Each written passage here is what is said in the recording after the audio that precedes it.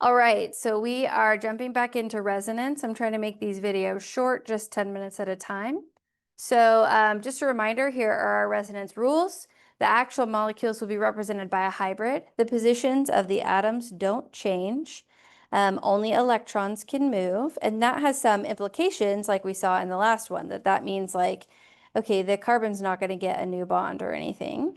The overall, all the structures must be proper Lewis structures. So you can't have an overly full octet, but you can't have an underfull octet. That's what we saw with that carbon being positively charged. The overall hybrid is more stable than either individual.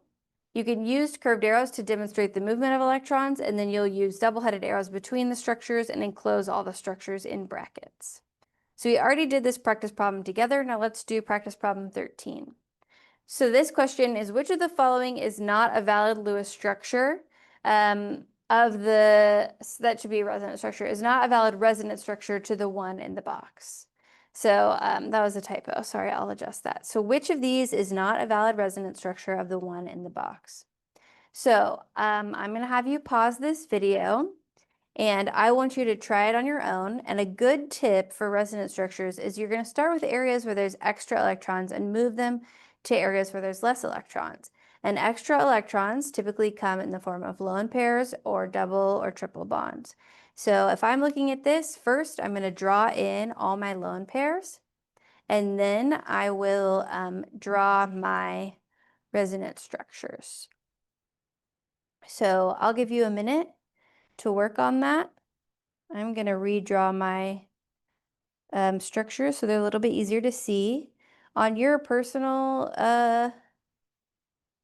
on your PowerPoints, they should be in good shape. So I figured out what was causing them to be blurry and I fixed it. Okay, so hopefully you can pause the video and then we can work it together.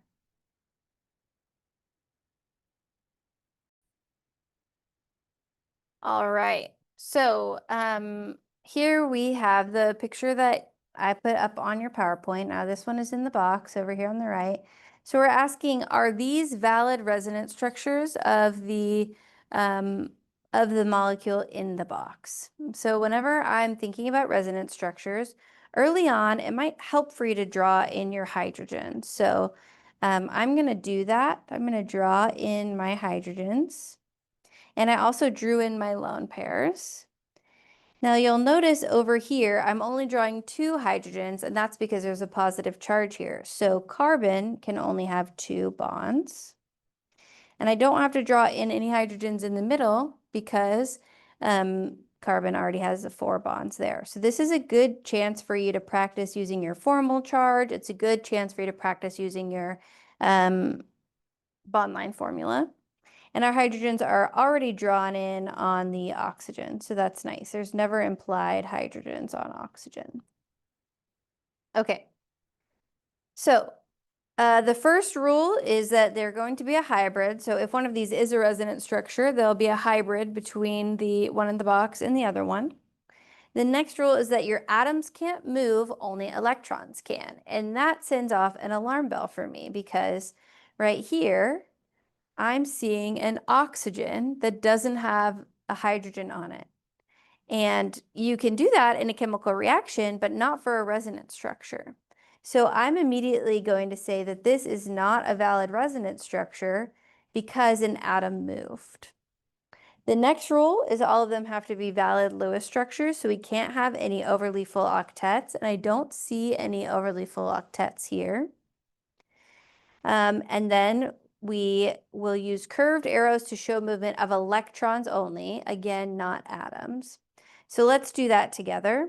So I always look for areas with extra electrons. So there's lone pairs down here. So in theory, this could maybe move. Or we have a lone pair right here.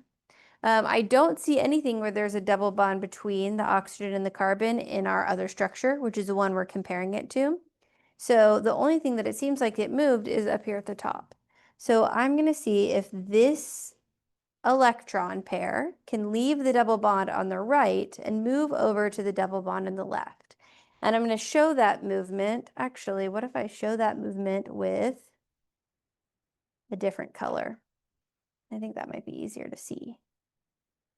So there's your double bond, and I'll draw in, we'll use red. So right here, we have our 2 electrons, and these electrons can move over here. And you'll notice I put the arrow pointing to where the new bond will form. So they'll leave over here and form a bond between the carbon that used to be positively charged and the middle carbon.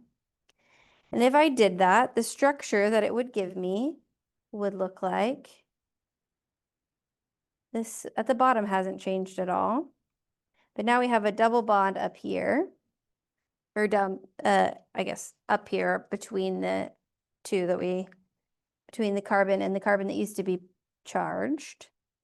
And I'm going to draw in my hydrogens. So none of the hydrogens can move. And I'm going to go ahead and number these actually. I think that might make it easier. Between carbon, the double bond between carbon 2 and 3 moved over to be between carbon 1 and 2. And now I'm going to do my formal charge. So carbon has 4 valence electrons around it on the periodic table.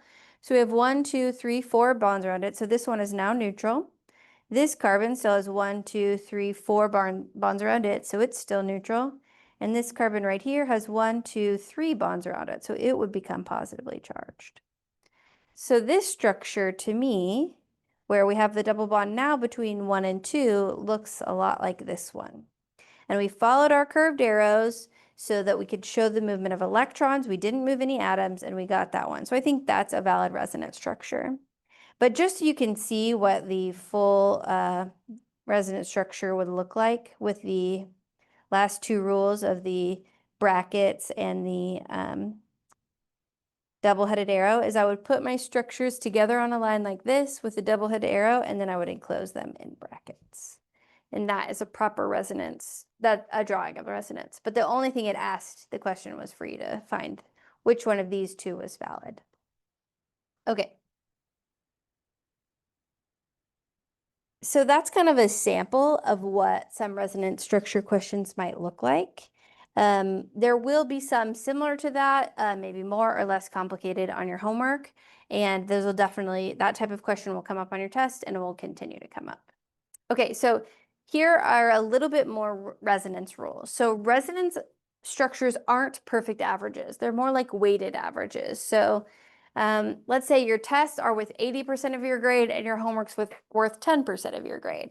Your test is going to contribute a lot more to your overall grade than your homework that's only worth 10%. We have something similar with resonance structures. The most stable Lewis structure will contribute the most. So the more stable one is the one that doesn't have any charges on it. So in this example I have down here at the bottom, the one on the left is more stable because it doesn't have any charges. And so it's going to contribute more. The exact amount, it's hard to say, but I would say maybe like, you know, it might contribute 70, and then the less stable would contribute like 30. And you can tell if something is more stable, if it has more covalent bonds rather than lone pairs, that's better. So you can see down here on the left, we only have 2 lone pairs. On the right, we have 3 lone pairs. Charge separation is less stable, so it's a lesser contributor.